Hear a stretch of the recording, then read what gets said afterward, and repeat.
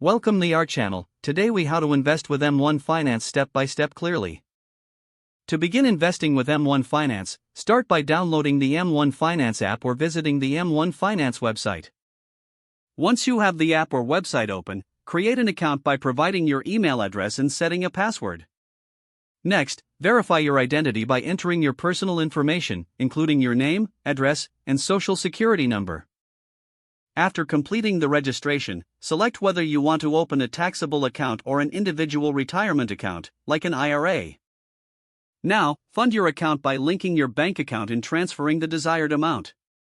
Once your account is funded, you can start building your portfolio. M1 Finance allows you to create a custom portfolio by selecting individual stocks or ETFs. Alternatively, you can browse preset portfolios created by M1 Finance experts. To create your own pie, click on the Create a Pie option. Add your selected investments to this pie by specifying the percentage you want to allocate to each one. Once your pie is set up, review your selections to ensure you're happy with your allocations. Next, confirm your pie, and M1 Finance will automatically manage rebalancing for you. You can also set up automatic deposits to further streamline your investing process. To monitor your investments, navigate to the Portfolio section to view performance and allocation. For any changes or adjustments, revisit your pie and make the necessary updates. Finally, be sure to stay informed on market trends and adjust your investments as needed. With these steps, you're ready to start investing with M1 Finance effectively.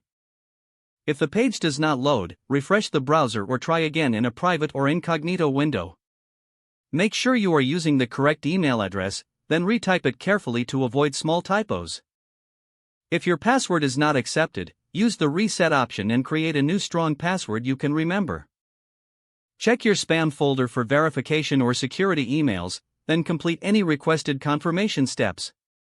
Enable two-factor authentication if available to improve account security and reduce unauthorized access risk.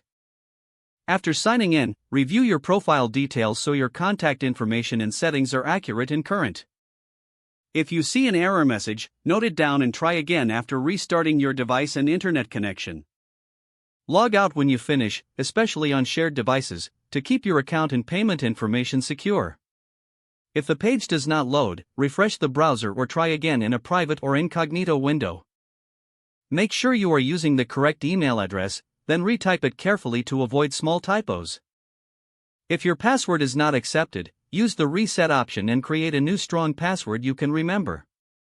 Don't forget to like this video and subscribe to our channel for more step-by-step tech guides.